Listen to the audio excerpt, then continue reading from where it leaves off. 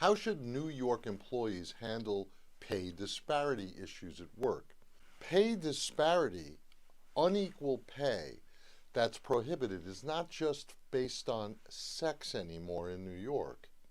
It's based on any protected status, such as race, color, creed, disability, age, gender identity, disability, marital status, sexual orientation. All of the protected statuses under the New York human rights laws are covered by the unequal pay law.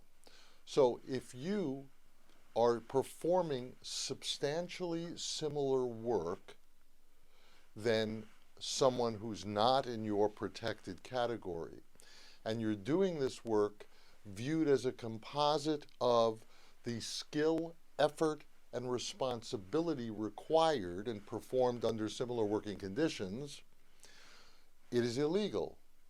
And it occurs. And assuming that you're still working for the company when you realize that you're being paid less than comparator employees performing substantially similar work under similar working conditions, you must complain to your company to give them a chance to rectify this illegal pay disparity. Now, if there are certain legitimate factors that a company can use to say, whoa, whoa, whoa, it had nothing to do with her gender or his race or age, it has to do with seniority, experience, some measurement of quality and quantity of production in the workplace, something objective. It could also be based on education, experience, and so forth, merit.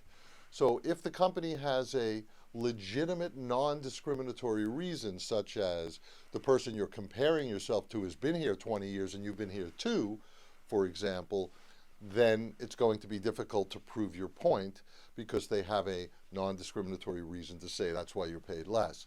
But if none of those non-discriminatory reasons are true, and you know or suspect that you're earning less than a similarly situated employee who's not in your protected category, then you must complain to your employer. And by the way, your employer in New York is no longer entitled to ask any questions of a current employee or an applicant about their salary history, and you're entitled to talk about salaries in the workplace. So you may well find out by asking a question of your colleague, how much are they earning and what's the job they're doing?